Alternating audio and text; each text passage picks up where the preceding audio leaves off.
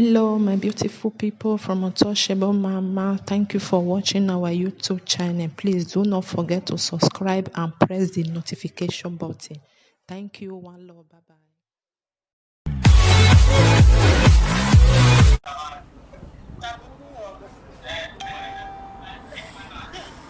Una well done, my people. Una good afternoon. How una day? I hope all is well.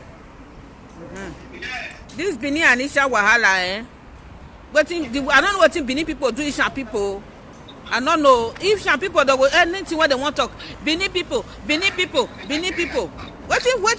did they happen? Huh?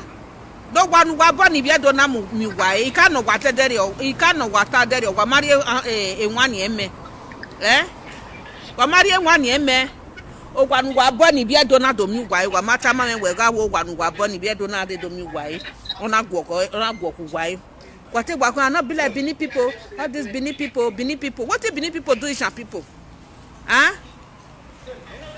Do gwanu wabani na mi bia dona do gwo ku wai ne gbe na kunwa. Una want tribal war. Una want war. Egbegwa war. Me mother dem ni bia do we bia san. Egbegwa clean. Benin people walking. No man say go kan egwon wa. Okan pe Benin people and not be like Benin people. No fit talk to him wife for inside house. Na Benin people. He can't refuse why Benin people. After wow, Benin people. What did Benin people do now?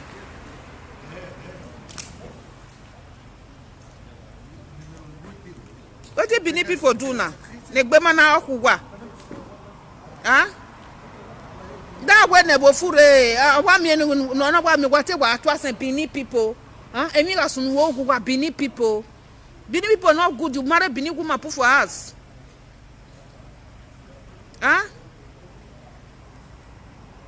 Benin people not good. Benin people if you do wa mi if you do with your bonugwa. Benin people not good. The worst Benin person be the best Ishan person. And they always they talk am. And I say Benin people not good. The worst Benin person, the worst. Why you say this Benin person not good? Though is a wicked person and which now be the best Ishan person. Every time that time.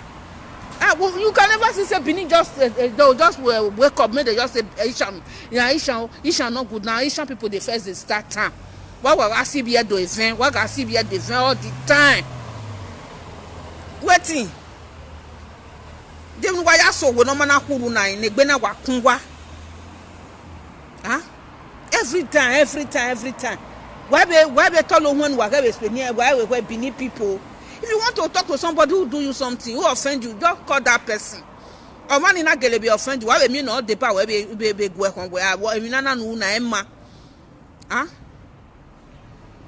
Why?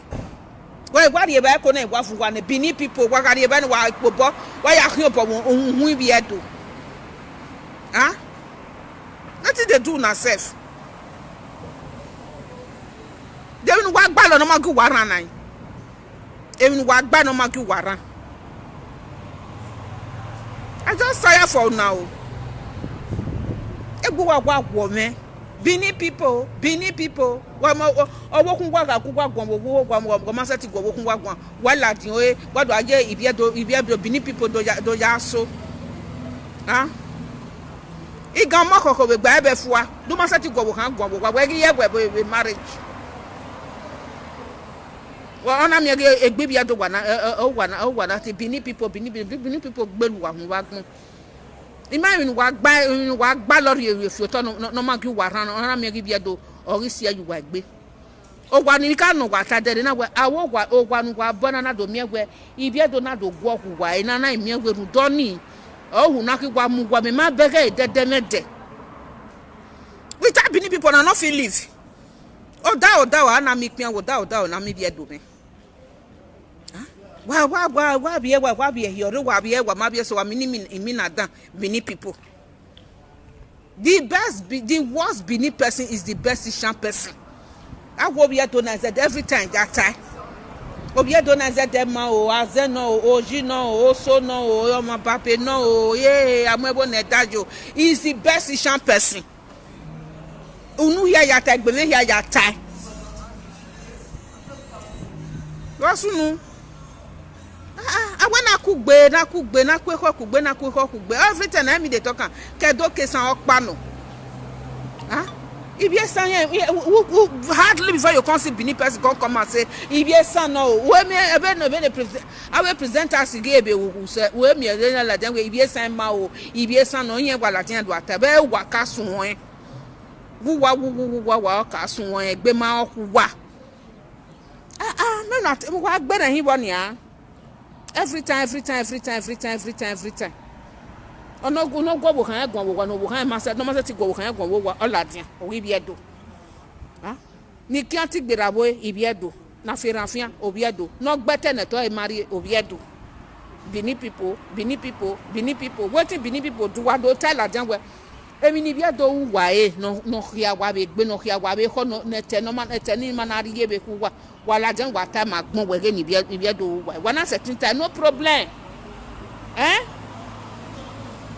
why Tanya again na ni biedo wi mai o se ne gbe mana ku wa o se ne no riwa mana isoto emi ni biedo why do tie na gbon help make na ho no phone na me na phone but once and for all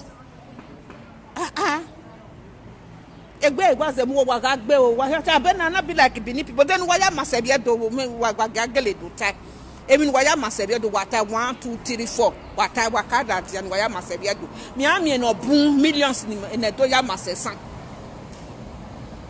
it's not too much now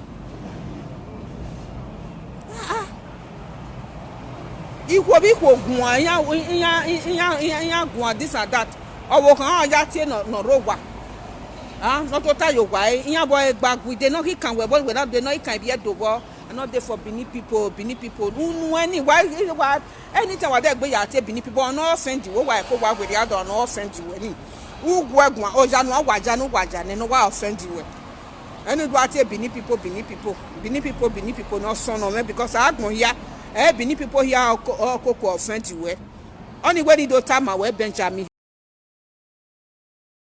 Benjamin awianti we only when you do time we evera ka bo kaka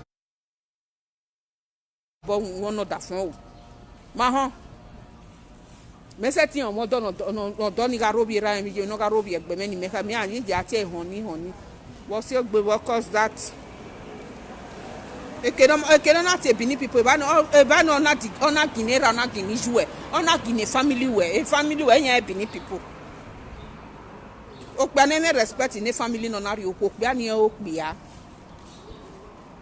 o ha we Benin people they ni bi esan ja masebie do they need the ya mase mo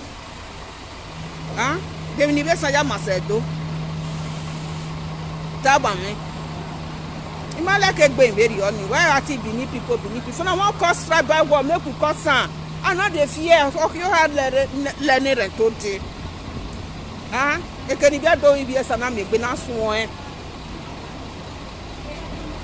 na wa gwan me wa gwa na obi ESAN wa ri mo gwa imeri ya be na go bi me doge na ni ti e be phone na no gwa gwan wa ho obi ESAN wa ro gwi me be ni me wa gwan ni maka wo obi ESAN no ni ya o dan ya ge bi ya level na mo rescue yan e ha ogwa me ya ga aje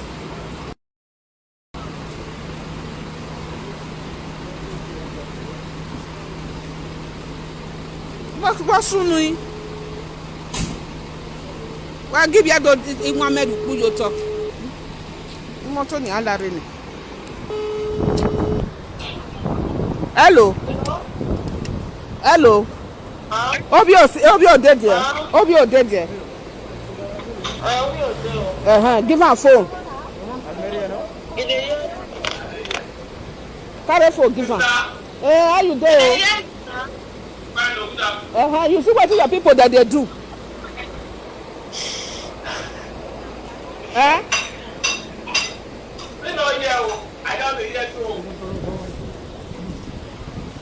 you not watch the video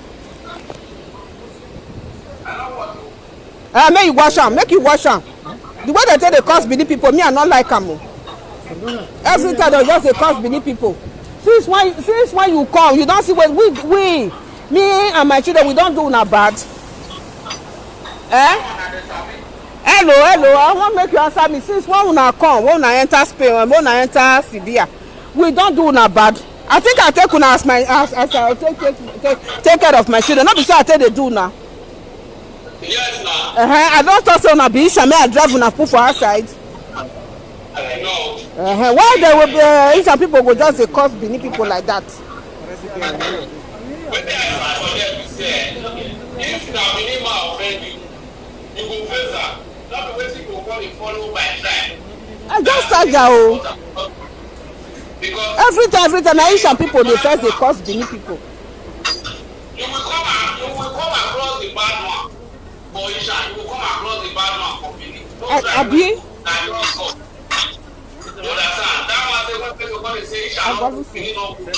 You dey insult go track. It don't make sense. If you want to insult, who offend you? Just face am.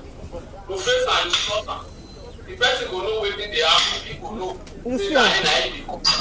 But if you insult those our papa dem wey dey there, they don't know anything. You come say you wan fight between Benin and Isha. What of Isha man wey marry Benin woman or Benin woman wey marry Isha woman? How the matter of one thing? How they go dey fight for her? Na so these people be o. You see am? If na me offend you, leave me. Don't be say you leave me, because if I dey bad people say snake leave who dey beat am. If they use teeth, e go dey press stick when they eat am. Na stick dey eat. Not when they hold stick. Then they eat the whole stick say they eat. Na that person dey stop say you dey hold stick. I just with the thing I want to ask you, I don't ask you. I just want make them know say me I know dey talk say I see Isha person or maybe Isha person don't do me bad, but I don't feel because of that Isha person wey do me bad make I treat make I say all Isha not good. You understand? Now wetin me want now wetin me want let them know. Isha person don't do me bad well. Name will not be my own, he don't give me, but me I not because of that one. Me I say all Isha bad. Then me I come talk say Isha people, or me I come dey curse Isha people like that. So now wetin I just want make them know say yes, me I not be that kind person. And he said till that video need to because in my can be mega job back where that is the reason why they do all those things. And they do all those good things for people. If I see person where they suffer, 3 of them now I put for house. My son make them happy. I cook food well as una don't chop, una don't satisfy. If I give them food, una don't satisfy. They go say yes, they don't satisfy. If I never satisfy, food they pounded yam, they puree day. I go do for them. I go enter kitchen by myself. I go cook for them. If I even say my guest say yeah, go do this one. If you just the squeeze face, I go just push her come off for road. I go enter kitchen by myself because I know they want. If person want do something for me, I want making eye clear. If you not they happy, me not go collect that food. So me and if I want do something for now, all my heart, my clean heart now they do that thing for you. And so when and I mean they cook for them, and they do everything for. I just they do me so that they will get peace before they go up the office where they want seek asylum. Do everything. We do everything for them. 2 of them now don't go Zaragoza. I can't remember this one for there. You see I see every time they call me, I'll see the advice and they say now like this now waiting go do this one. If food there, if you not even want food, one this thing we get to we go eat them together. I know if you talk say I eat, make I see those people. They will not be only them. Calabar see they there just now. Calabar boys they see they for there just now. Me I see person when they suffer for outside or when we say he need help. And they always all these people say them. I don't start to look bad. And now me cause coronavirus. Why must say coronavirus you back? If I see person when we say they in need, I like to help him. I go accommodate the person. Now wait, now that one I got just now the heart when I get. I don't know if it all say this person bad though. One person come bad though. I will come say okay because of that person bad. The whole tribe now come bad. Somebody when he offend you, they always they tell you now. Ishan people they tell you now. Person when he offend you, face that person. make you face that person, make you talk to that person. Say so person, John, oh, wetin you do not good though. You with your wife, wetin John and him wife do not good though. You go just talk. Maybe people will still listen to you, they know say wetin really do not good. They go still follow and quarrel. Don't be saying you say Benin people. Now just they talk and so that other people will talk say Benin people not good. Huh? Why they go try nonsense in you? Not like at all. Not they like why they go try nonsense in you? Do after Benin people not good, Benin people not good. Who offend you? Faison. Isha don't offend me well. Isha, they don't offend me. But I don't feel because of say Isha person offend me, make I say all Isha bad. You have to take Ben very only where ESAN ya fe waji. He said, I say Ben very only. Okay, Ben, where you are tiny banner, ESAN or Roman in Yakwe for Yakwe, I got this way. I can't do that because in my can imagine back where I be a calabano, every rebani when you are fully be a calabafua. I know they collect anything from them. The couple, maybe me a couple, mammy a mini. You understand? Maybe not a ban. Yeah, we may one mistake, but yeah, when they will be calabano or even not upon Wabion. I not get her for that rubbish. I don't want to hear that rubbish for Namate. Women know what damn it, they're quick. No matter if you know that girl say, "Mom, yeah, I will wait. No matter back. Now, yeah, as I be able to say, now we like and I do after my video. My bamek bezo, my bamek bezo. You know, you disgrace here. Maybe if you do boto or my ama and so logo. Or say in agwe my way bamek bezo. You're my ladian one day no go me go. But or gabe yeah, about Samoton or Guiare in Mia. You understand? You have no Vigona, have you your code de boy or Guiare, no code deck belly about money and no my neck. I want to go to banana or I don't know how we muta my beard to go because there's a teacher because you are quite never do. You understand? You couldn't know how we be a do my or Robbie Ramen video because they ran video of yet doing nothing. Well, nobody will be a do go be a anyway. Why do I have we be a do my be a do my? Maybe I'm a Benin people. There, my bubble hand panny is number one. Your wife is number one. No Benin people. A bubble honey, I said, be rabbi jebo. Why a family I have a fake with back. Oh, we're insulting me. Double hammer when you tell my hand. Messaging on one day, boyfriend, one day. All the way your people. And they're not tired, and they'll be on be go back. What's it because that? I don't tolerate nonsense. You tolerate nonsense. Why? Before if you say women respect me, respect a family, me, respect a man in here. Yeah. Eh, one. Man, I respect you, and I don't have time for you. Also, any man. I mean, no one ready to carry my load and my children load. Or say enough for go put an cocoa me. Because he no matter we love one play love one titi, no jao beggy me. No any women need me. Respect money may be my children are number one. Respect money be my way family won't handle respect. Or say now I go to that woman I cook beneath the magic. I don't care. What's it been very on when they go home, wow, or when we walk gas on 1 o'clock in a yard, they go him and but they go insult the Benin people. Oh God, I don't even watch the video safe. They just tell me, say, no one cause rabbi war, Benin people. Well, I had to mail no, who had a today. I know they're wrong. Oh, sorry, more could only make an layer. Ile o ESAN gbedo wa maka gbedo dem e we ban wa sun ESAN gbedo awaka wa mi gana na wa na do ari e ba gbe ESAN de gbedo e do gbesan e do wa gbesan right from time I will ma gbesan wa ge san fo abe o te do ja mu wa gbo jaje kenu wa ki jina e do wa gbesan ti ma gbo wa na le ko wa ho ke no wa ya ke di history e do wa gbesan. Make no sense in here. Why do make not cause war? But who are cause a war already? And not just cause war. Here, one do we motor, you know. Me I do drink small. What they do now, self? Owa move. When I cook every time you need a lot of I do be some pa my yakin. I do be some pa my yakin. Every time you try.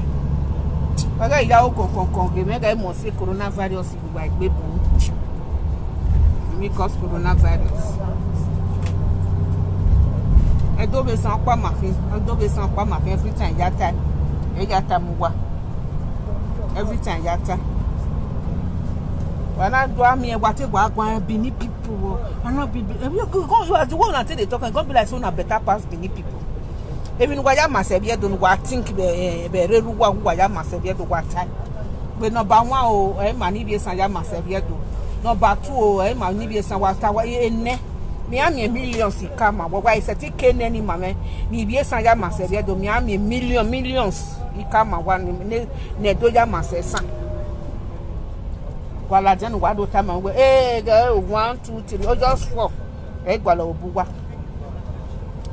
Why am myself? Also, no. And now we're up back more Yakoko, we are having market, sack your palm. It's what I always preach every day. I preach a deck with deck. Messaging will be a son, messaging will be a son, or me beg about one condition. If we condition on Jane and say, you never. If anyway, you are happy. You will jump on in there. It is watch it. Who watch it, baby?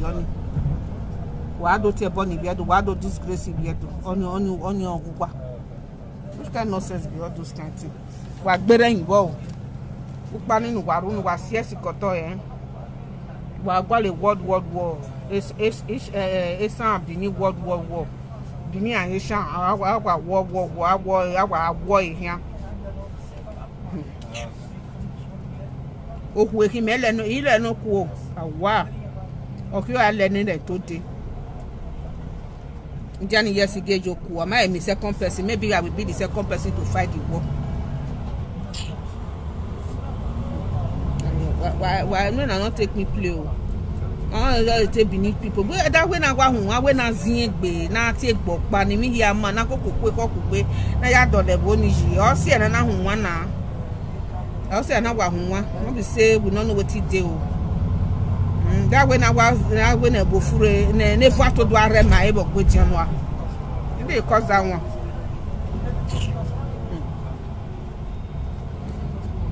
What's it baby on it?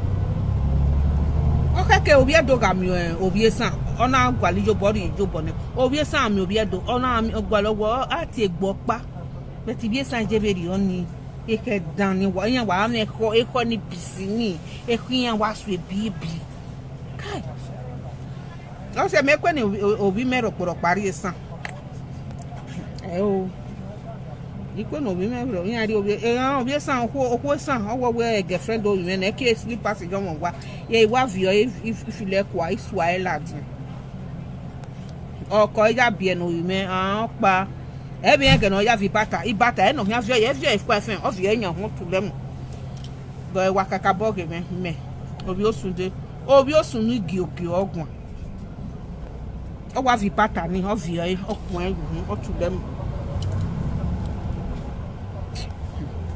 ikwe because e unyi me dana e gwalo na wati biedo ano biedo we rie yowa do biedo ni ma ga biele nu gbe at least me no ya bie nu gbe no am respect ni biedo agbon ni ka ga kodo bo ata we biedo ma gbe o na de amare o ni ya rie yan ma o memi dan nu gbe ya rie owo kun gbe ni biedo wo gbe dan iyan ton won abi yan ba lowo yan to lowo wan di yan to lowo wan di eye ko mo bobo kan bi awu dari o ofion ti wa ko no ro ga awu dari o ni Benin people me ba kan yan anyway yiro ne pogo be mo ni pa soko lowo na wa sin ai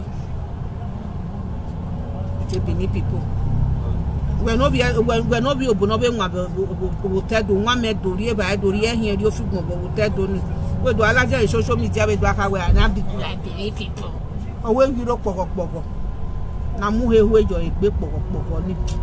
I'm not come for you to the next time make you enter trap na go ya tell ni atama ya atama wo.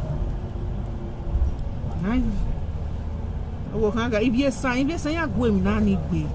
Ya go emi na ni gbe. Ya te kwa we o ya yo wan ni gbe kan wa na kan.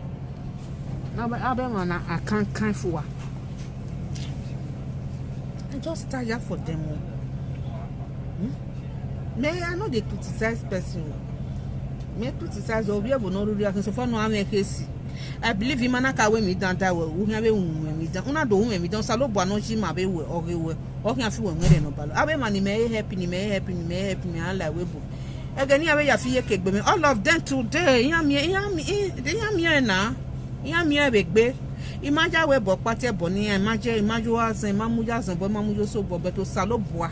No re tin we gbe no re nwan ni manager wo jo bo ni a. O fi yan we re no balo.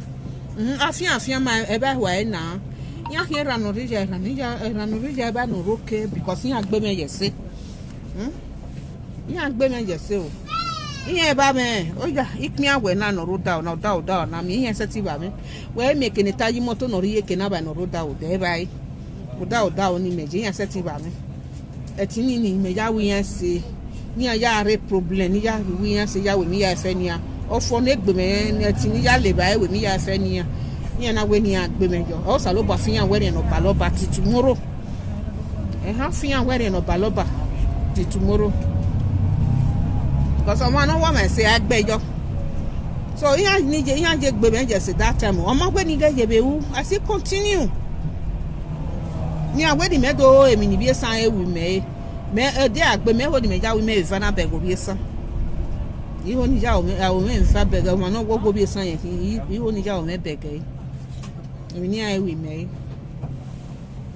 But I'm not like that. Why they going to try nonsense in you because of mumejo? Wa mumejo ide ho ni de ho no guy 3 o'clock midnight in ya ho iwa hiore o be ni wa clear by force. Iwa la je do we mi no Kenya no Kenya ata. That rubbish be that one. Why they try nonsense in me? The gbe ma ko we no wa ko wa gbe ni gbe wa je gbe. Gbe ma ko ya lori e. Benin people don't good. Benin people don't good. Benin people not be like Benin people. The Sanja Macedo what time and why we go number 1 Sanja Macedo, number 2 Sanja Macedo, number 3 Sanja Macedo, number 4 Sanja Macedo. Was a tita mami here where we go. Ni mai mi ni Sanja Macedo. I beg you. Ogaga tu eje mere ye buluko ibi san. Ya gaga ogaga. E do be san pa we. Oh God. Oh yes san ni bo yo San Sebastian gije. Ino na. Asen ho gbe hen. You won't try me. Ima we mi rokpa o ware do agumede investor e de do wi efian wi go ka be wi go naji wi efian wi go na wo okay e ga ni mo mi jo ogwa so yan ari go me mana e me transfer igo jin account so ogiri go ni go be 50 euro no na ogiri go re e na e me go ma no gun ya de mi that yan ma yan wa dele e mi ni ahien be dere oni ni ahien ge yan dele ekun igo egun yan bo the person of we yan ri go re o ma ri go re you go dog and Jonah that in mammy ebuwa. Na okay. In a way, me take when warrior. You go again, you go my big ball of any, and I go to my 10,000, 50 euro, and I don't demand any go no in now. So in a way, take when Wamiama, worry go no, mamma tell me 50 euro, ne baby, my now walk a yari ne. On our go need to be Wednesday. Thursday, me na mena we ni no take your mari can imagine ni ari igo ni ari go ni ne o ma gyo maju so a day Friday bo e na do call e call e na we e bi me we igo gun me o ma call e na wa to bo me wa bo we na wa ku stop ina wa bo na we igo na since Wednesday na we I me we igo gun o igo gunya be wo bona ma no gunya de mi ya ma erigore ya wa de ya wa hien mi ko na wa me wa teta mi we na hien mi ko ya wa hien ne ko ya ma hasania ma ni do gunya de le mi ina wo ina ri ene ni go salobua ina ri ene ni go na we mi ina so boburo na kuro na be explain ma ina we gene ni go na we na kena ina we since ya we go gunya wo do the 50 euro owe mama say I na daga ni aya mi we na we ma ina we do need to go ni urgently o say na wari ni go re do send there bi o be na we beti mo your pa ni send go boy o we madrid do ina we ga counted the person ina bi me wa we gbon re lelegbe ina we go enu to bo we ya ri ejo den the number the person who call no ya we you go ni boy ina we reliable person ina we you know o phone o we okay o we no problem ni wa gun yen wa ya ri e account ni me collect number ni collect the person ni collect number we the person ni ri eni yen na wo okay o na pa anyway apayan wa re ri wa ya ri like I say na ri go ni aya country the man ina collect the man na ri number me ina be call na ri again before me carry so na ya open store Saturday le tin ya no ya ri e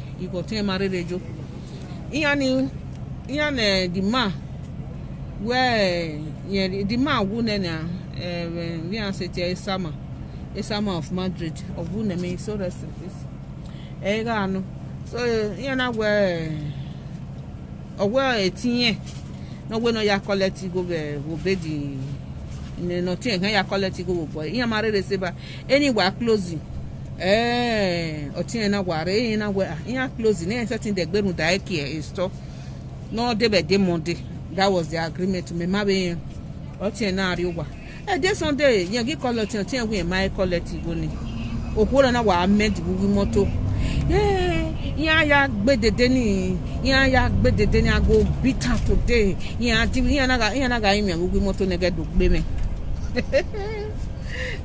ye me o ya we na ga imi ago moto se aye o we hiari yen go a yin ge jari go ne o ma gi tebe ni me ya lo pupe be buya de we no ya be ya command me ni to bo me be go ni no ma ni buya send e o ma gi te ni roporo pa yen na ga imi na do gbe me iya igbefo be na yen ga iwe no pa be no na ga nya yen na ga imi me ma gi aji me wa resto me igwa ke oware you think say you go fit chop my money na we go we me go be na ri o we go ima ya me ma bu were be deri o ni ma ri ene ni go go ina we me be ni ja pa ba ni deri o ja ri ja count the man ina wo ke mudia na nu gu me kole o ma ye ri ene ni go nu me na anu o ma ye ri ene ni go nu ina we teje be ri o ni gu me kole me na gwale number no re fun me number ni majo so ina wo ke mudia na gu me gwale number o me movie star we no do let me look for that number na gwale the number okay me na gwale the number wa again no me ni ati ogwa mu na computer me we ya gwo ke wa ya wo na we yi the computer na when you go ni ja the computer na when you go ni ja do ogbera 50 euro nso ti do destroy ya wa we hi me na agwa si mi na we mujoto gun e kole no ri go wenu ina wo do ma send go ni mi ato bo me ri go ni inu for we don late me ma gbe na wa kana imani isu mani erwo ma bu moto gwe igi de do gbe won ni re Switzerland ni oni ga rogun yan oni na mudia onuro oda fun na le la waste ina ti oni kunse ona me na wa kana on gwa do boyo meto egani iyo ti fi se to we no wa re boyo meto na we ina ko tun mi na we so na ze boyo meto re o mari boyo go wa dio bo wa hin na ma me gi gbon o boyo me gi ri oge ina asu ohun we kan igi ri oge na yo go fire ina po le ina asu ohun we kan oda fun damage for we ina asu ohun we kan o ke o de gbe ri de gbe so ohun we kan iri e so ohun we kan igi o sa lo bua o sa wese I marry up here, marry me rockoropa. I marry no fiona from Obo. In young West again, Pawani rebedere, marry no fiona from Obo. Obo da from na post again. Ye when you walk go destroy everything. And when you go where the glass in or nana a glass oh boy na wafia, where you get on a yekenana belama. And a woman we are tama go be a son. We are go show you not a mamma, we are tamama go be a sign. In a way, Jimmy. Yo, na go jao, na go chifa just where oh jao. What time me go be somewhere? Okay, na no problem. Eh na worry tissue na ya isagen no roto. Ibata no gbare ina view. Obviously, over time I go be somewhere. No problem. Na we isagen na so na me are ne imane. As son me are ni. We don't we give me road do we stop me mana.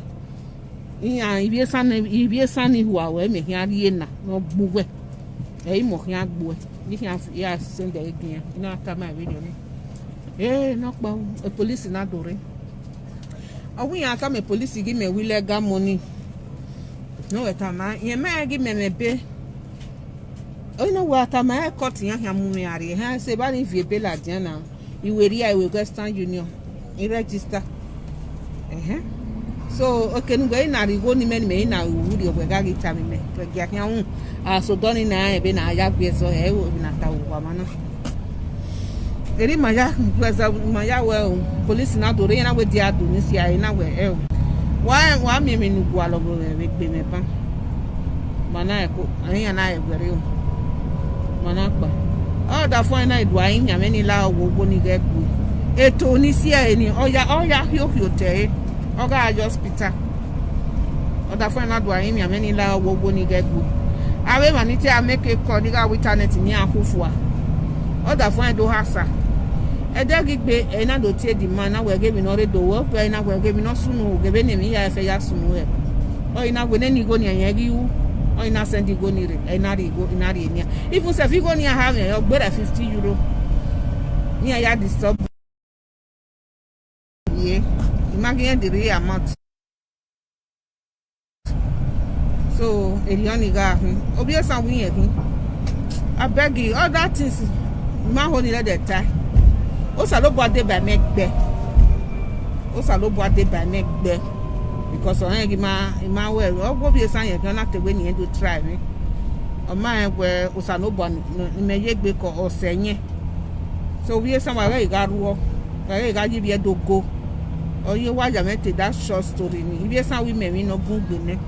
Or you some money no go make any matter man give you or or my give me or talo. When you help obvious say you better mark how we helping you. You how we happiness. Whereas my beg happy no happy nothing I jam ya wo fin. Me e o mi. Sawesi. So me mark how we be san we do te okpa but when we ya we na we be san this and that but only ye become only man je be ma we ya mi be san ya we jopo na o ni ga sin ya kegbe ya ye sin ya kegbe but e won ni rie won ninu wa Benjamin rie won ninu obi san ogbo e bugwa no le ba no ni ya fe no ori yo wa obi ele nu so woman respect manike only when you do tama we if not why do see oku somewhere do why do say why do ke gbe la video na so you understand you was said don't ya ESAN yan we edenide if you say ya total ye don yan do ki yan we mi ya fefe yan we yan do ke denide de ke ni bia do ujebo tesana ya do ke denide yena iwa amen junior ni ya we ke denide de ke no je tesan ino we obi edo on wa pa hin do re because e ku ogu ma wa fun ma